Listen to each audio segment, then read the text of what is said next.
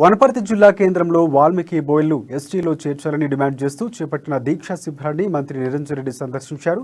వారి దీక్షకు మద్దతు పలికి దీక్ష విరమింపాలని కోరారు. ఇక వాల్మీకులను ఎస్టీలో చేర్చేందుకు టీఆర్ఎస్ సంపూర్ణ మద్దతు ఉంటుందని మంత్రి వారికి హామీ ఇచ్చారు. అసెంబ్లీ సమావేశంలో వాల్మీకులకు మద్దతుగా తీర్మానం చేసి కేంద్ర ప్రభుత్వానికి పంపుతామని నిరంజన్ రెడ్డి స్పష్టం చేశారు.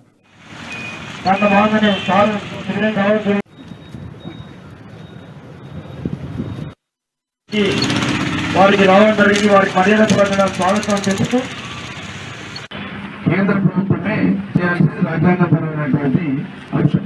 దానికి మనం అనేక రకాలుగా రాష్ట్ర కేంద్ర సంబంధాలను దృష్టిలో పెట్టుకుని ప్రభుత్వ పరంగా మన ప్రయత్నం చేసాం.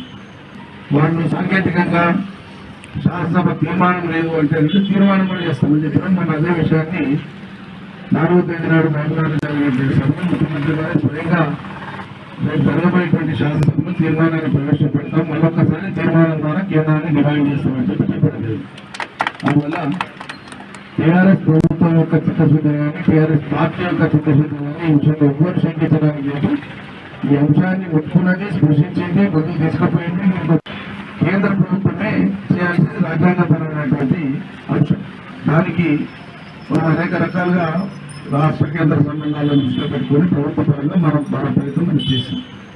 వాళ్ళు సాంకేతికంగా శాసనసభ తీర్మానం లేదు అంటే తీర్మానం కూడా చేస్తామని చెప్పిన మన అదే విషయాన్ని 4వ తేదీ నాడు మహబూబ్నగర్ జరిగినటువంటి సభలో ముఖ్యమంత్రి గారు స్వయంగా జరగబోయేటువంటి శాసనసభలో తీర్మానాన్ని ప్రవేశపెడతాం, మరొకసారి తీర్మానం ద్వారా కేంద్రాన్ని డిమాండ్ చేస్తామని చెప్పి చెప్పడం.